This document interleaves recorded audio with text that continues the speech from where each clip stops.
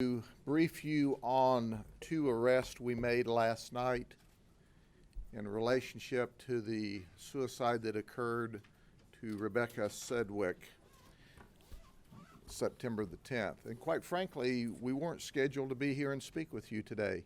But the reason we rushed these arrests quicker than we wanted to is because of this post.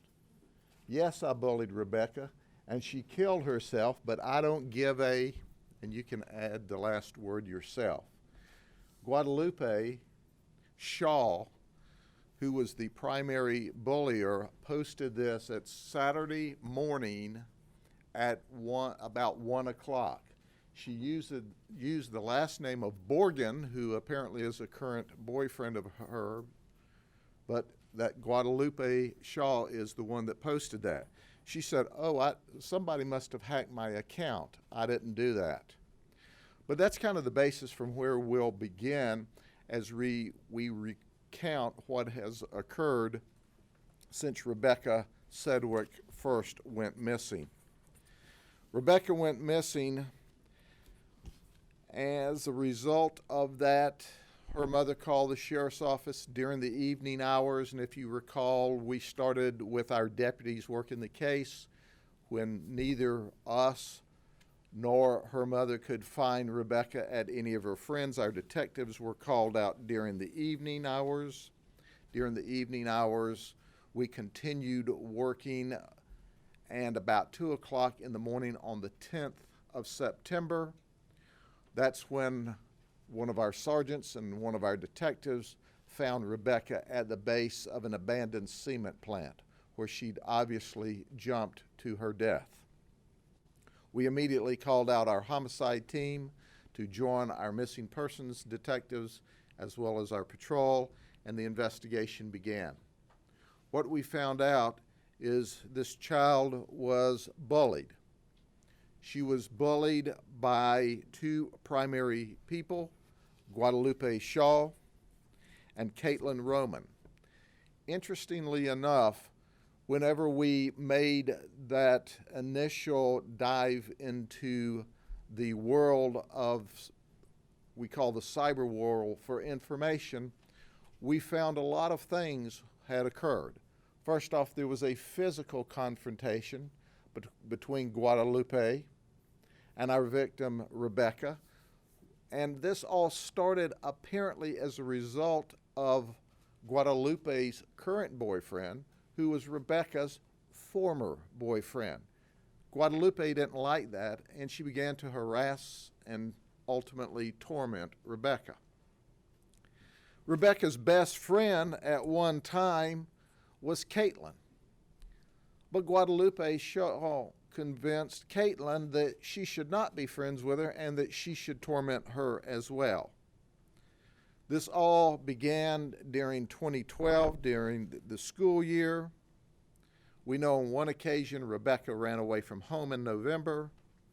We know in December of 12, Tricia, who is Rebecca's mother, noticed that Rebecca had cuts on her wrist. So as a result of that, Rebecca said she was cutting herself because she was being bullied and she was under a lot of stress. She was, as we call in Florida, Baker acted. She was provided with mental health counseling. She went back to school. There was a fight. There was another incident where a fight was attempted, and ultimately Tricia's mother took Rebecca out of school. So she takes her out of school. She gets her away from Guadalupe and Katelyn, but Rebecca still has her cell phone. So let's fast forward now to this school year. Rebecca's back in school. She's in a different school. Her mother's got her away from Guadalupe and Katelyn, except for this device. And the tormenting continues. The bullying continues. And it ends when Rebecca puts on her Facebook, "that dead girl," after sending information to a 12-year-old friend in North Carolina, a boy she had met earlier, that she was going to kill herself, that she couldn't take it anymore. He failed to respond and she jumped to her death. Ladies and gentlemen, we are still in the midst of this investigation. We're having a very difficult time with Ask FM and KIC getting information. We've had to go through the Office of International Affairs in Washington and file data with them. We still have not received any data back from the two of those organizations. We were trying to work through the investigation and take our time so that all of our investigative information were together when we presented this case to the state attorney's office and ultimately made the arrest. But now I'm back to where we began the press conference. Last night, because we learned of this over the weekend, we decided that, look, we can't leave her out there. Who else is she going to torment? Who else is she going to harass? Who's the next person that she verbally and mentally abuses and attacks? So we called her parents and said, you know, we'd like to talk to Guadalupe at the office. They wouldn't bring her in. So we called Katelyn's parents, said we'd like to talk to Katelyn at the office. Her parents said, no, we're not going to bring her in because we figure if we bring her in, then you're going to arrest her. Like that's going to make any difference? So as a result, our detectives, who did an outstanding job and continue to do an outstanding job on this case, went to the residences of these two girls, one 12 and one 14, and placed them under arrest for aggravated stalking. The bullying in and of itself is not a crime, but bullying makes up the predicate acts for stalking or aggravated stalking. The reason this is a felony, the reason this is a third-degree felony as opposed to a misdemeanor, is because our victim, Rebecca, was only 12 years of age. She was under 16. So we immediately took both of them into custody. We took them last night to DJJ where they were booked. We have these wonderful photographs of our two new felons. They had never been arrested in their life. However, Guadalupe Shaw, who is on my right and your left, was very cold, had no emotion at all upon her arrest. Katelyn nor Guadalupe chose to speak with us any further, even though they gave us incriminating statements when we originally arrested them. I find it unique that despite Guadalupe's previous conduct, that her parents were still allowing her access to her devices. Ladies and gentlemen, when it comes to cyberbullying, and a lot of this occurred online, when it comes to cyberbullying, it's very, very important that parents understand they're the first line of defense for either the person being bullied or the person doing the bullying. Responsible parents check and balance, they follow up with their kids, and when they see that kind of conduct, they take disciplinary action. Instead, Guadalupe's parents didn't do that, and she was free to post this, even though she said she was hacked. Of course, we don't believe that. Notice the number of responses early on Saturday, and we've not calculated, over 205 responses, and unfortunately, some people were saying some pretty rough things back to Guadalupe. And as my staff tells me, then you can see some adults got involved in the conversation and calmed that down. So where's the investigation go from here? We will complete our work, see what information we can obtain via KIC and Ask FM. Our statement to all of the people in the community and across the state and across the nation is watch what your children do online. Pay attention. Quit being their best friend and be their best parent. That's important. That's important to their health and their welfare. And it's important to the person that they may be bullying, as well as those that are being bullied. So at the end of the day, third-degree felony charges, we booked them, we arrested them, but of course they're in the juvenile system, And because it's their first arrest and because it's a third-degree felon, they were released back to their parents last night on home arrest. I'm just as curious as I can be if the parents are still allowing them access to their electronic devices. But I can tell you this, we'll be monitoring. We'll find out what the rules are why they're under home detention, and if they violate just one rule, we'll put them back in juvenile detention because we're not accepting this conduct. We've also sent the word out to our detectives that if we see any other cases of cyber stalking, that we want that arrested. If we see any other stalking cases, if we see any other bullying, long-term harassment cases, anything that falls within the purview of the Florida statutes, make the arrest, put them in jail. Now that's a sad commentary because all of that should be stopped before it can rise to the level of a stalking case, and they do whenever parents are responsible. So parents, you be responsible so that you discipline your children and we don't have to. But if you don't discipline your children, and if it rises to the level of a violation of law, don't worry, we'll discipline them for you, and if we get a toe hold, we'll discipline you too as a result. Any questions? Sheriff, you worried about retaliation against these girls? I certainly hope no one retaliates against them. That's what the criminal justice system is for. And if anyone tries to retaliate against these girls, we'll be putting them in jail as well. Are you expecting more charges to be filed against other students? At this time, these are the two primary harassers. They are the two stalkers. They are the two bulliers. Once we are able to obtain all the information off of the computer systems, if we find that there are other suspects that have stalked and tormented Rebecca, then we absolutely will. But you can see that the cyber stalking, the bullying, certainly had an influence upon, a negative influence upon her life. Were there other issues going on? Absolutely. Was this a contributing factor to her jumping off of the cement towers on that fateful day? We believe that it certainly contributed. Sharon, you speak directly to young people who don't take bullying seriously, don't think there are any repercussions, and talk about this particular case and the message you hope it sends? I certainly can respond to young people.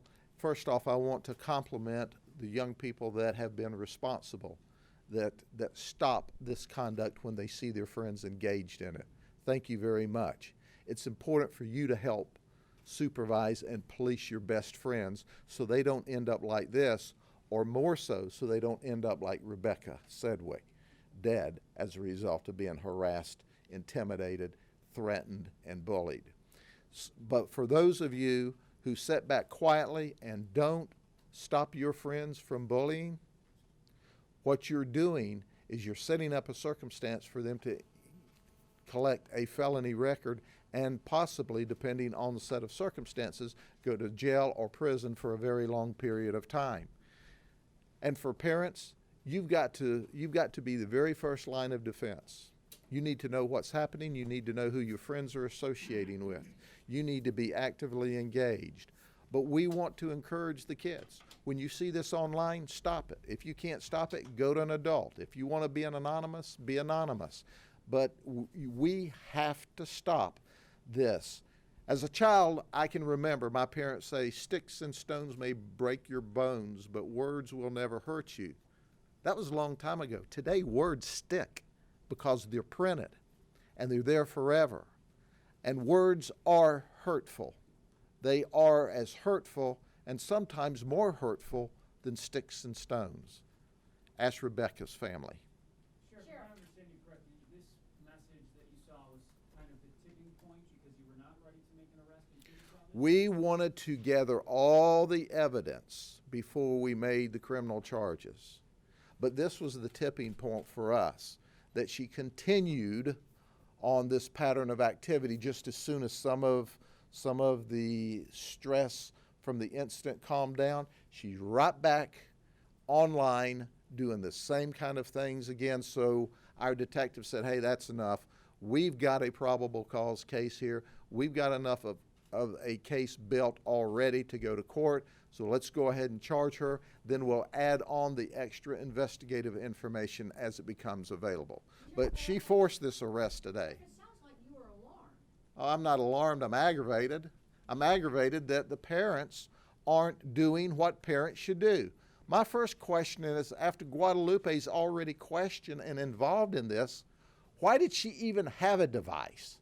Why didn't her parents say, you've lost the ability to have this, with you saying nasty, hateful, ugly things to Rebecca and to other people? My goodness. Wake up, girl. But the parents didn't do that. Had the parents done that early on, maybe Rebecca would have been alive. Certainly, maybe Rebecca would have been alive, but certainly Guadalupe wouldn't have been arrested. So the parents can thank themselves for contributing to Guadalupe's arrest because they didn't appropriately supervise their daughter. Period. Can you clarify exactly when that was posted? This was posted Saturday morning about 1 a.m. This last Saturday morning about 1 a.m. Sheriff, we have not met either of these girls, but your detectives have. Are they just mean girls? They don't have anything to say? There's no... They tell me that they are problems at school. My personal feeling about it is they're not going to be voted most popular in high school if they get there. And whether or not they get there, or whether they finish high school at a public school or finish high school in the prison system, is going to depend a lot on their parents and a lot on them behaving and changing their practice, their attitude. But ladies and gentlemen, it's time for us to recognize as adults, we are kind of on the outside of their world. They get on their devices, they go on to Kick, Ask FM, or any number of other different social media networks, and they have their own little world here, and they're operating. And sometimes we find as parents and responsible adults, we're on the outside.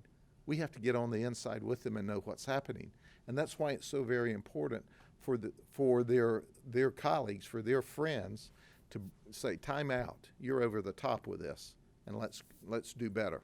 In the juvenile system, what's the maximum sentencing they could face? It's a third-degree felony if they were an adult. In the juvenile system, depending on how that is structured, they can keep jurisdiction of you up until the age of 21, I believe, but they don't have any arrest history. They are problems at school, but that doesn't feed into this, and so it will probably, it's up to juvenile sanctions, whatever they and the state attorney's office works out.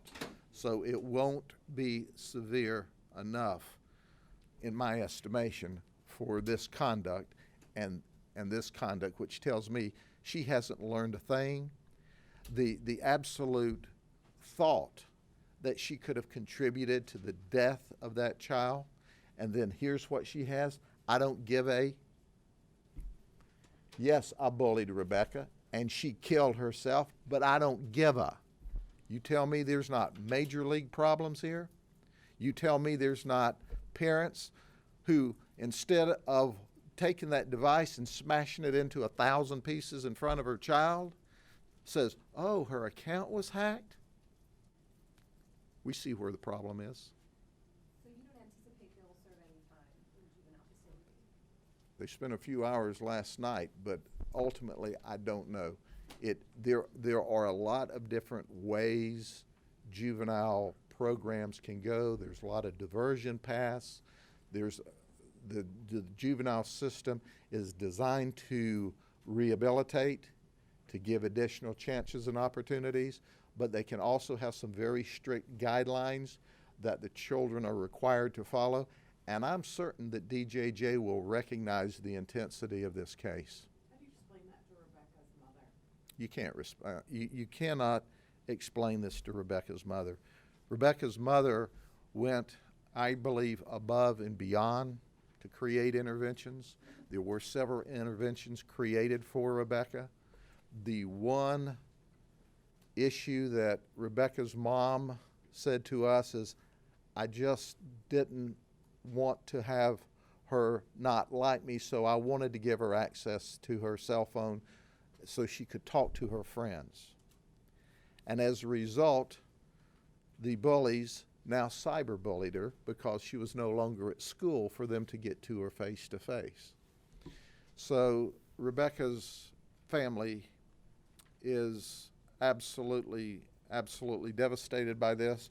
Quite frankly, I can tell you we're all devastated by this.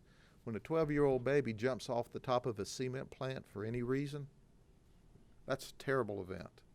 That's a tragic event.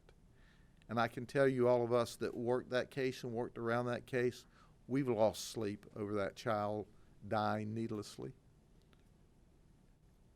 And we want to see things change. We want to never, ever, ever have to investigate a case like that again. Not only here, but any place. Sheriff, what were some of the terrible things that were posted? We have a news release, but give us some examples of how nasty it got. Let me pull some of the clips out of my notes here.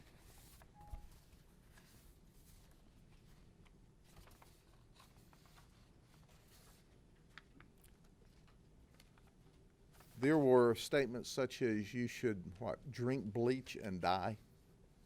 Nobody likes you. I don't like you. Nobody likes you. There were opportunities where Guadalupe would actually go around to her friends to try to turn her friends against her. There were statements such as, you should die. Let me see, there's a couple more of them that we highlighted from. You should go kill yourself. That's hurtful. It's really hurtful to 12 and 13-year-old girls, 12 and 13-year-old children. But ladies and gentlemen, the investigation continues until we are able to get the data, or what data that is available from KIC and Ask FM. But more importantly, at this point, is we have all got to work together to ensure that this never, ever occurs to another child. Sure, can I just ask you one more question? From my experience, and correct me if I'm wrong, it's usually not normal practice to release the names of juveniles who've been arrested. You guys are doing that today. Is there a level of public shaming that you're hoping to accomplish? We always release the names of juveniles that are arrested for felonies in Florida.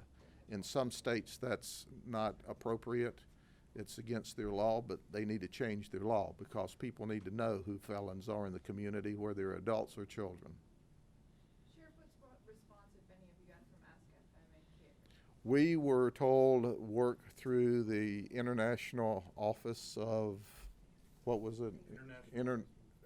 International Office of Affairs. And as a result, once we gather this data together, for example, it's in Lithuania, Latvia, then we have to have it we have to have it interpreted into their language to send them the documents.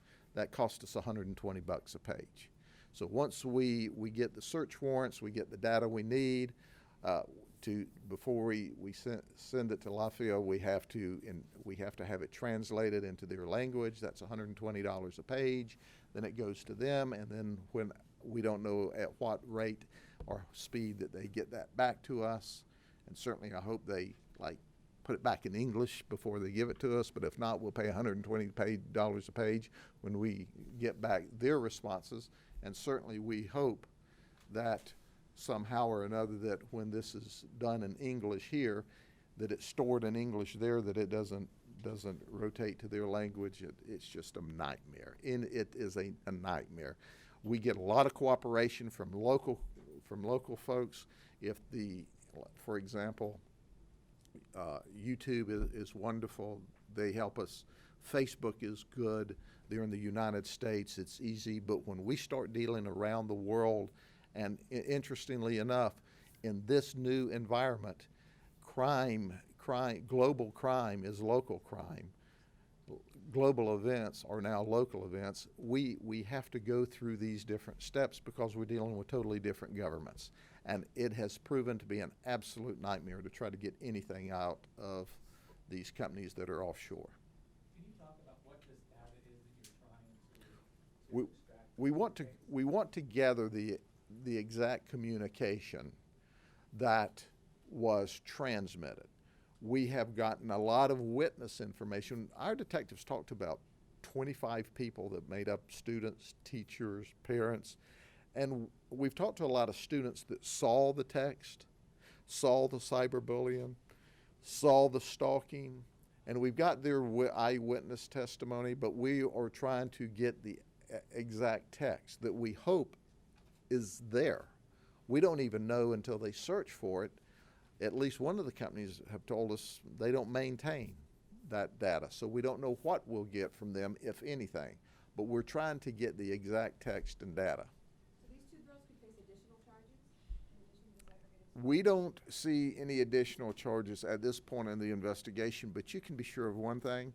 If we find any additional criminal charges we can bring against these two, we absolutely will. If we find any charges we can bring against their parents, we will.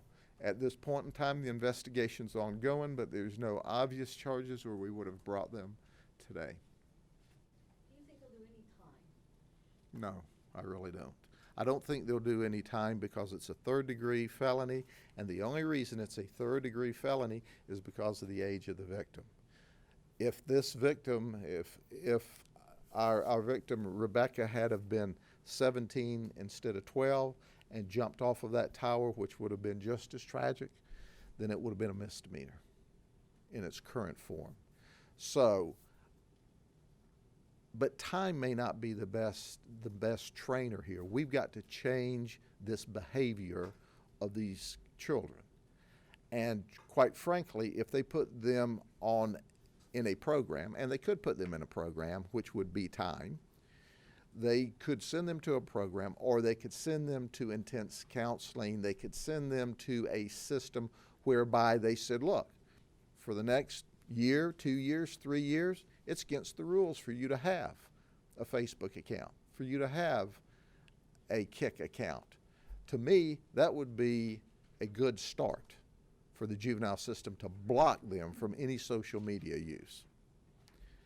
That's a good start, and then we'll work on the counseling, and then we'll work on whatever her anger management issues is or whatever her problems are, because they tell me that she is a bully, and she's been a bully since elementary school. Well, we don't need to just wonder why Guadalupe is a bully or why Katelyn's a bully. We need to know what their parents are doing to remedy that behavior. Okay? Thank you very much. Have a good day.